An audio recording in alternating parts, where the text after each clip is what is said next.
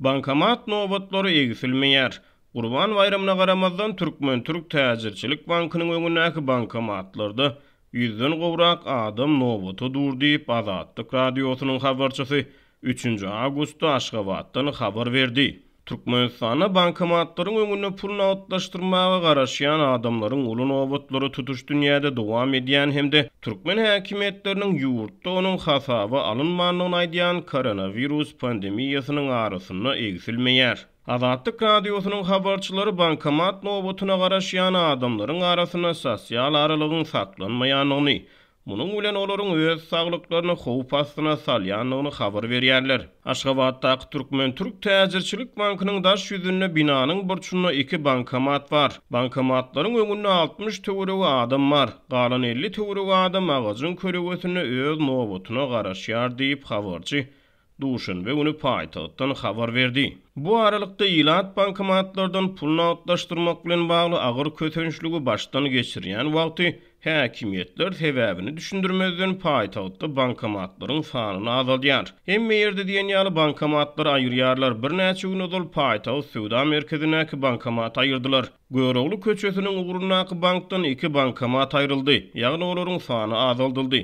Äzirki wagtda banklarda diňe bir ýa-da 2 sany bankomat galdyrýarlar.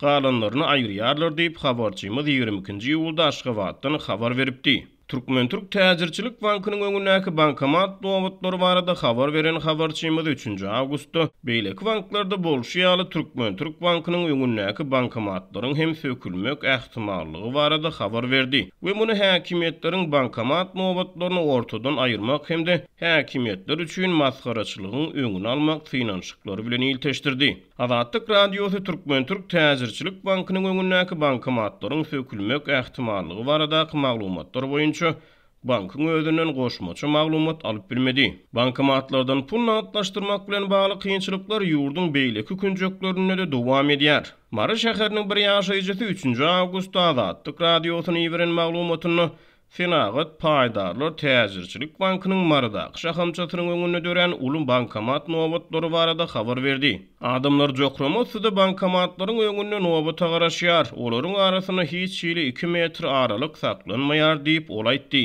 Dünýäde koronavirus pandemiýasy dowam edýän wagty bütün dünýä saglyk guramasy virusyň ýaýramagyny haýallatmak maksady bilen köpçülik ýerlerine adamlaryň arasyna sosial aralygyň saklanmagyny maslahat berýär. Türkmenistanyň Saglyk goraýyş we derman Fenagat ministrligi iýulyň ortalaryna çap eden media maglumatyny howanyň düzümine tozanyň agdyklyk etmegi sebäpli ilaty maska giýmegi hemde azyndan 1 metr howpsuz aralygy saklamagy maslahat berdi.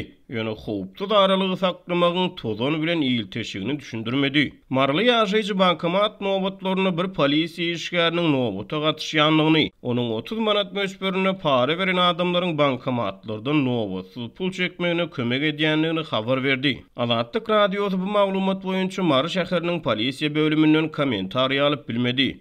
Türkmenistan 3 ýyldan gowrak wagt bäri ýeti ykdysady kynçylyklary başdan geçirýär. Soňky aýlarda bu ykdysady kynçylyklar bilen bagly maliýe şolsany bankomatlarda nagd ýetmeçiligi hassa ýitileşdi. Türkmen häkimetleri ýurtda dowam edýän ykdysady kynçylyklary açaçan boyun almaýar.